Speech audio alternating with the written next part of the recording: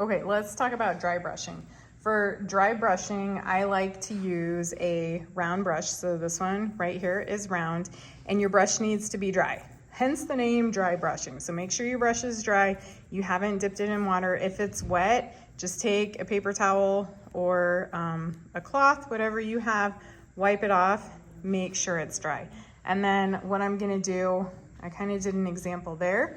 I'm going to paint part of my moss wing with the dry brushing, and it adds just this really kind of soft texture. So I'm gonna take a tiny bit of paint, not very much at all, and in fact, I'm gonna wipe a little bit off on my palette, and then I'm going to go in here to my wing, and I just very lightly kind of dab my paint, and it creates this really nice texture.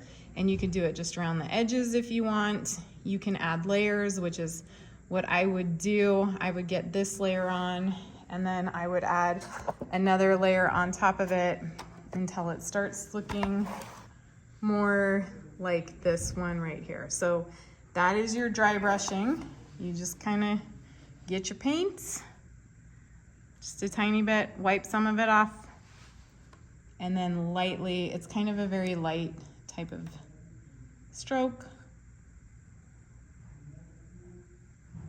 and you are creating this very fun texture.